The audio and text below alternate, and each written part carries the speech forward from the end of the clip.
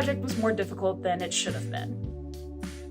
While filmmaking is something that I'm not unfamiliar with, talking about myself is definitely a more uncomfortable territory.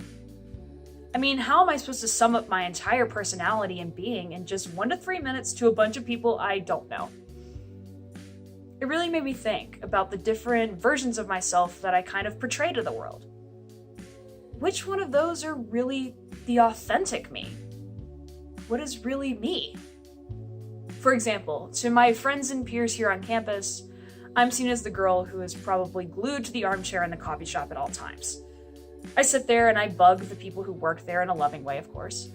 Talk to my friends about anything, listen to jazz on Monday nights, kind of replicating the environment I grew up in, my parents' coffee shop, where I learned to be social, where I developed a sense of identity, talking to different people every day. And to the people around me who interact with me on a daily basis, that is the authentic version of me, because it's what they know best. However, to people like my bosses, my professors, my former teachers, those social characteristics aren't as definitive. Instead, I'm seen as a worker. I've been involved in the arts for the last 13 years, working in a variety of contexts such as radio, theatrical lighting design, and even content production. Through that, I've juggled jobs since I was 13 years old. And this workaholic status I've developed has become kind of synonymous with myself in the professional community. But the things on my resume aren't the most fleshed out way to describe who I am. But to the professional world, again, that is the most authentic version of myself. However, there's a third character that comes into play that also might be that authentic version. The person that no one sees, the person I come home with.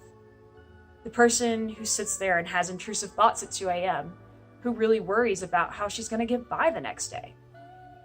The person I've struggled to be for so long but really don't feel comfortable talking about in most contexts.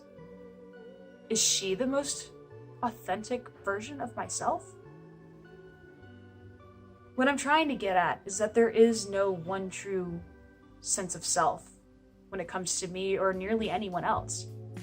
We are a composite of different identities and personas that we all carry. What I'm trying to say is that I'm Marley Priest, and I don't really know who I am. And that's okay. People go